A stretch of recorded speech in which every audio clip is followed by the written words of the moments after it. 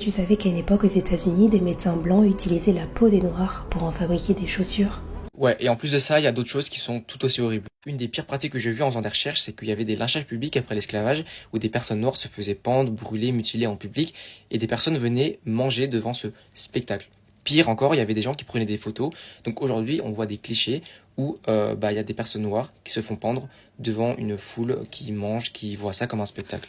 C'est juste inhumain ce que je suis en train de vous dire. Un autre truc horrible, il y avait une médecin qui s'appelait Marion Smith qui opérait les parties génitales des femmes esclaves noires, mais sans anesthésie parce que selon elle, elle résistait à la douleur et surtout, elle s'en moquait. Un autre truc plutôt récent, puisque ça a duré de 1932 à 1970, il y a 600 hommes noirs qui ont été atteints de la syphilis, mais ils les ont pas du tout soignés, et ils les ont même pas prévenus, et on les juste vérifier ce que ça faisait sur eux, sans les prévenir. Pour, je cite, étudier l'évolution de la maladie. C'est inhumain. Il y a un autre truc aussi dont on parle pas beaucoup, mais c'est que après la fin de l'esclavage, il y a un truc qui s'appelait le Black Code. En gros, c'était des lois contre les personnes noires qui autorisaient à tout le monde, à toutes les personnes blanches, de les arrêter s'ils faisaient une bêtise selon eux. Évidemment, il y avait que des dérives. Par exemple, une personne noire qui osait parler à une personne blanche, c'était contre le Black Code. Et du coup, elle pouvait arrêter pour avoir discuté. Et d'ailleurs, malheureusement, après la fin de l'esclavage, en fait, les noirs étaient toujours loués, je cite, comme des travailleurs dans des trucs pénibles, comme des mines, etc. Évidemment, ils étaient presque pas payés, donc c'était une autre forme d'esclavage. Et c'est pas pour autant que les persécutions s'arrêtaient, au contraire. Toutes les horreurs que je suis en train de vous raconter, elles sont arrivées post-esclavage, donc bien après. Ça montre que même après l'esclavage, les noirs étaient traités comme des animaux, voire pire.